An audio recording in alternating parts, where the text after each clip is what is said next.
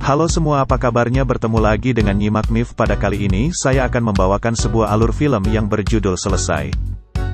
Penasaran seperti apa alur ceritanya? Kita langsung saja. Cerita dimulai saat seorang laki-laki bangun dari tidurnya bernama Broto, dan Broto memiliki seorang istri cantik yang bernama Ayu.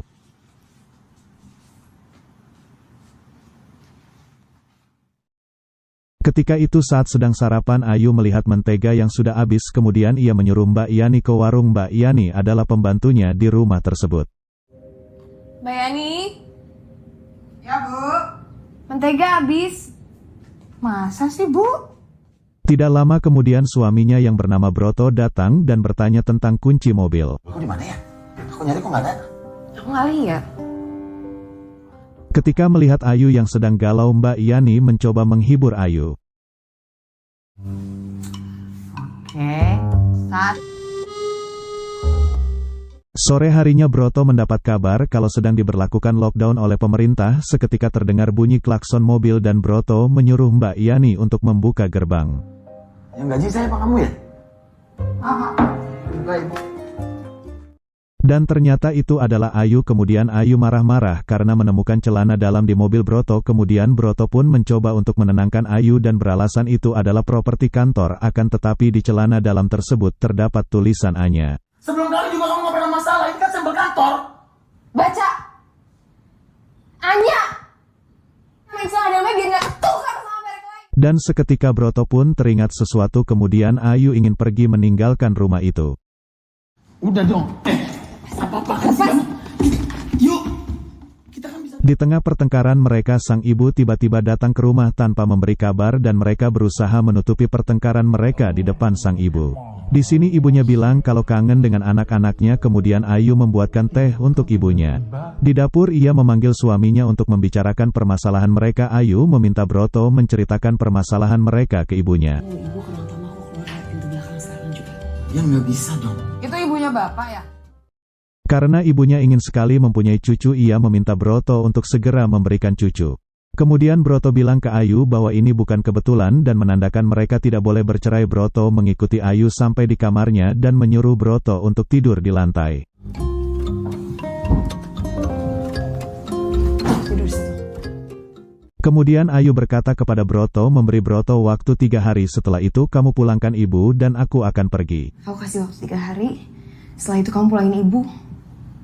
Aku pergi. Dan Mbak Yani datang kemudian bilang tidak bisa pergi ke pasar karena lockdown. Kemudian mereka panik karena rumah mereka akan di lockdown oleh pemerintah. Rumah kita kayaknya mau disegel loh, Pak. Tuh, disegel. Pak.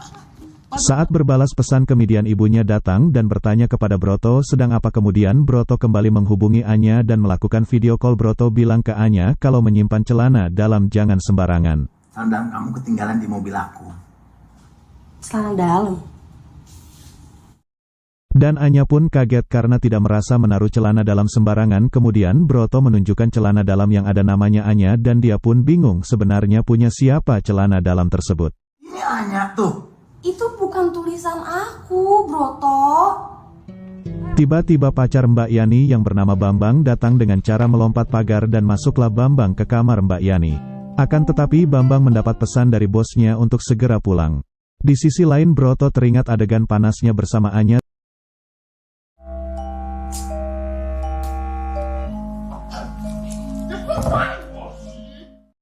Tiba-tiba ia mendengar suara ibunya datang dan kemudian membangunkan Ayu. Bang. Ibu.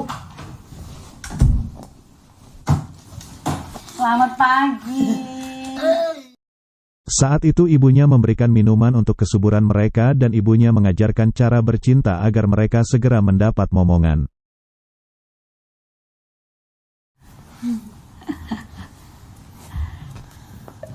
Tata. Keesokan harinya Broto yang curiga jika Ayu yang menaruh celana dalam tersebut dan ia pun menghubungi temannya yang ahli pelacakan untuk melacak nomor telepon siapa saja yang menghubungi Ayu. Bisa nggak lo cek handphonenya Ayu? Lo cek nomor yang sering keluar masuk handphone dia. Setelah itu Broto emosi dengan Ayu. Ia menuduh Ayu berselingkuh selama ini. Ayu! Situ semua rahasianya, bener ya? Dan ternyata temanya itu salah karena selama ini nomor yang sering dihubungi Ayu adalah nomor Broto sendiri. Iya, gue lakinya. Kalau nomor gue bilang aja gak ada. Tadi lo masuk gak? Jeng. Kemudian Broto bilang ke temannya bahwa Ayu memiliki 2 nomor dan ternyata di nomor yang satu tersebut Ayu sering menghubungi seseorang. Setelah mendapatkan nomor tersebut, Broto mencoba menghubungi nomor itu dan Broto dibuat kaget karena nomor itu nomor adiknya sendiri, yaitu Dimas. Halo, Mas. Wah. Kemudian Broto emosi dan mencoba menjelaskan masalah tersebut, namun Ayu berkilah selama ini menjaga nama baiknya dan keluarganya. Apa aku jaga nama kamu? Aku jaga perasaan ibu. Terus sekarang kamu nuduh aku sembarangan gitu. Tiba-tiba ibunya bilang kalau sudah tahu tentang perselingkuhan Broto, ia menyuruh seseorang untuk menyelidikinya. Ibu sudah tahu semua. Tentang Anya, kelakuan kamu. Udah lama ibu tahu. Dan ibunya juga tahu hubungan Ayu dengan Dimas dan ternyata selama ini Mbak Yani adalah mata-mata ibunya. Ayu selingkuh sama Dimas, ibu tahu? Gila kan, bener kan? Dia ngasih lu apa Dimas sih? Jaga mulut kamu depan ibu. Kemudian ibunya menyuruh Dimas untuk datang ke rumah tersebut dan menyuruh mereka menjelaskan semuanya. Pokoknya ibu tunggu ya. Ya. Ayu menjelaskan ketika Broto berselingkuh, Dimaslah yang menjadi pelampiasannya dan semenjak itu Ayu dan Dimas ada rencana menikah setelah bercerai dari Broto. Di saat aku tahu bahwa kamu selingkuh untuk kedua kalinya, Dimas orangnya. Dan semenjak aku sama Dimas sudah ada rencana untuk nikah. Dan Dimas berkilah kalau bukti yang ada tidaklah kuat karena dia memilih tidak menanggapi Ayu. Udah stop, aku cut sampai di situ, Bu. Aku nggak pernah lagi angkat telepon dari Mbak Ayu. Mbak Ayu ngechat, aku juga nggak pernah balas. Kemudian Dimas menunjukkan chat di HP-nya dan HP Ayu. Di situasi ini Ayu merasa disalahkan dan di sini terungkap bahwa celana dalam yang ditaruh di mobil Broto adalah rencana Ayu supaya bisa cepat cerai dengan Broto.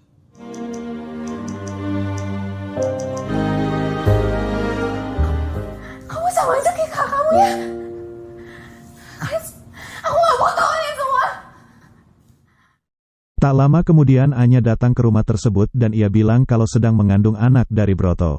Pernyataan tersebut membuat Ayu terguncang dan histeris. Positif hamil. Bu, ibu lihat Mas Broto, Bu. Dia bawa perempuan itu ke rumah ini. Di akhir film kita diperlihatkan Ayu yang sedang duduk di kursi roda dan sepertinya Ayu sedang menjalani perawatan. Dulu, sekarang, dan selamanya. Dan film pun selesai ending yang sangat mengintilkan. Oke, terima kasih buat kalian semua yang sudah menonton video saya ini dan jangan lupa like, komen dan subscribe. Terima kasih.